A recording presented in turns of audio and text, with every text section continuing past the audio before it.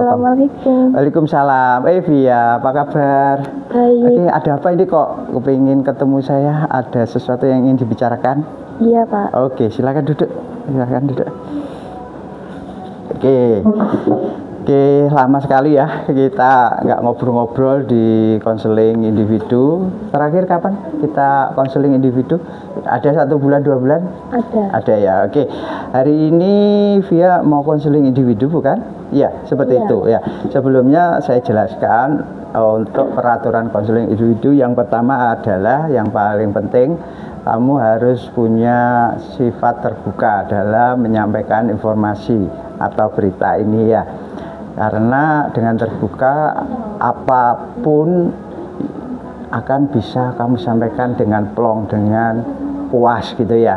Misalkan permasalahan A gitu, kamu ceritakan apa adanya, jangan sampai ditambah-tambahi apalagi berbohong ya, kayak gitu. Yang kedua, peraturannya adalah kerahasiaan. Jadi kerahasiaanmu Pak Subhan simpen, dan yang hanya tahu adalah Pak Subhan dengan kamu saja. Jadi kamu jangan khawatir rahasiamu terbongkar oleh orang lain. Oke, sudah paham kira-kira? Sudah. Oke, sekarang yang kedua, silahkan menceritakan mulai dari mana dulu. Sering menunda mengerjakan tugas sampai mendekati batas waktu. Oh gitu. Jadi keluhan kamu datang ke sini adalah untuk mencari solusi bagaimana cara mengatasi apa masalahmu tadi? Sering menunda mengerjakan tugas. Sering menunda mengerjakan tugas sehingga sampai batas waktu ya. Iya. Padahal sudah diberi penjelasan batas waktunya berapa hari gitu. Nah, sebelum Pak Subhan membahas permasalahanmu itu, kira-kira yang menyebabkan tidak bisanya kamu mengerjakan atau belum bisanya kamu mengerjakan tugas dan mengumpulkan tepat waktu itu apa saja yang menjadi pemicu atau yang menjadi penyebabnya? Main HP setelah pulang sekolah. Oh, main HP setelah pulang sekolah. Terus apalagi selain itu? Tidak buat belajar. Tidak buat belajar alias menghamburkan waktu untuk bersenang-senang atau bermain HP. Terus yang ketiga kira-kira?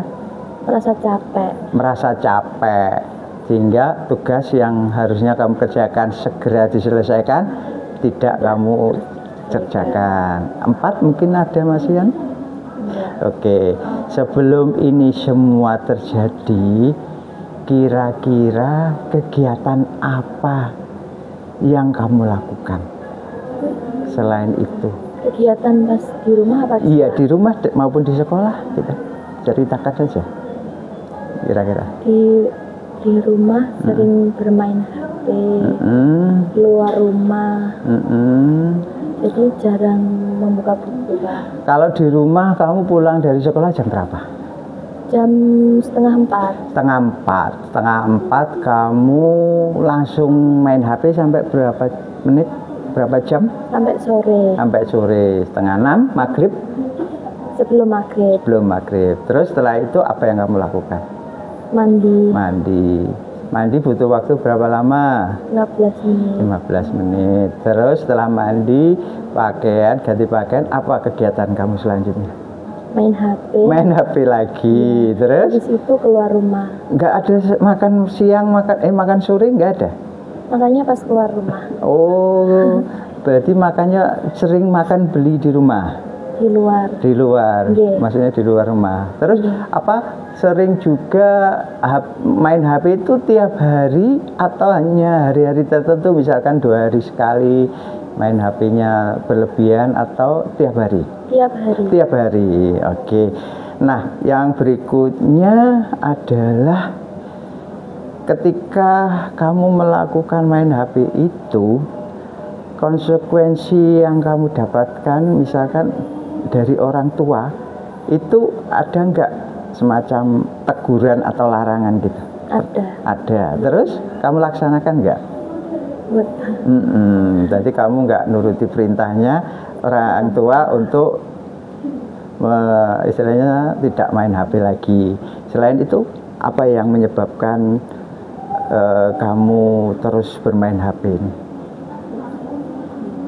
Karena kesepian, Pak. Kesepian. Ada lagi selain itu? Enggak. Enggak ada ya. Mungkin lingkungan ya, kesepian tadi ya. Oke. Terus sekarang harapanmu dalam waktu dekat ini setelah bertemu dengan Pak Subhan melakukan konseling ini, apa yang kamu inginkan? Main HP-nya dikurangi lagi. Kenapa kok boleh? Biar tidak terlambat lagi mengerjakan tugas. Caranya agar kamu tidak bermain HP berlebihan, apa yang kamu lakukan? Belajar. Caranya belajar? Caranya gimana, Pak? Caranya supaya kamu belajar, bisa fokus belajar, tidak main HP, kebanyakan main HP. Caranya gimana?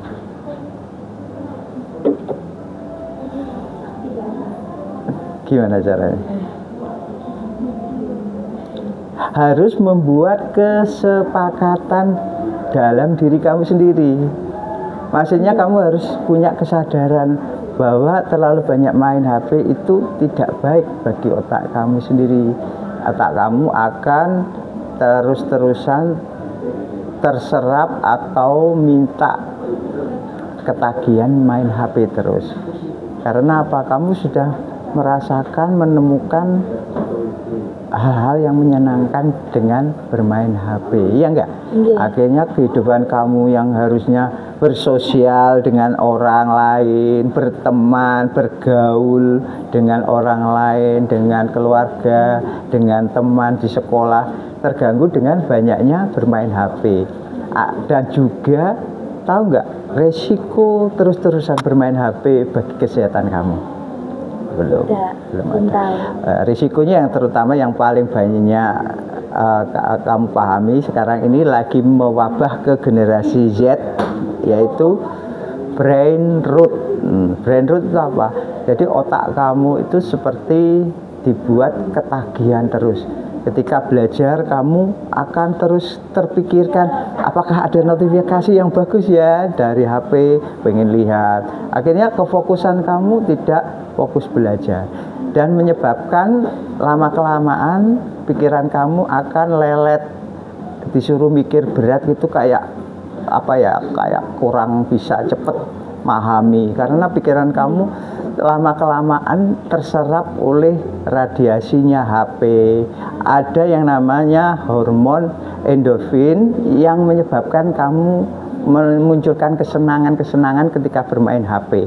Kalau nggak bermain HP sekali saja, kamu akan terus ketagihan, penasaran, pengen buka HP, pengen scrolling HP. Nah inilah bahayanya scrolling HP.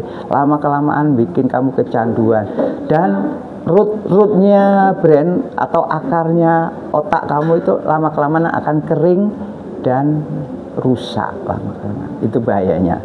Terus kemudian usaha yang kamu lakukan sekarang supaya bisa tidak bermain HP selain yang kamu sebutkan tadi, apalagi kalau boleh tahu? Aktivitasnya biasanya memasak. Oke. Bermain HP terus. Kamu berarti menyadari bahwa bermain HP bikin kamu ketagihan.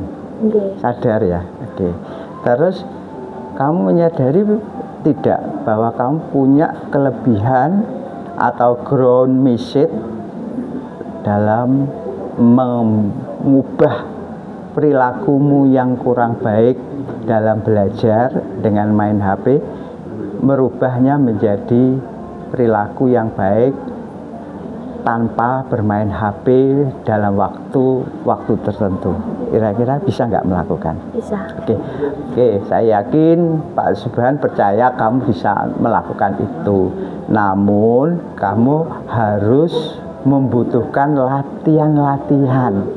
Ibaratnya orang main fitness ya, di game gitu ya. Dia itu melihat alat-alat game yang bagus-bagus.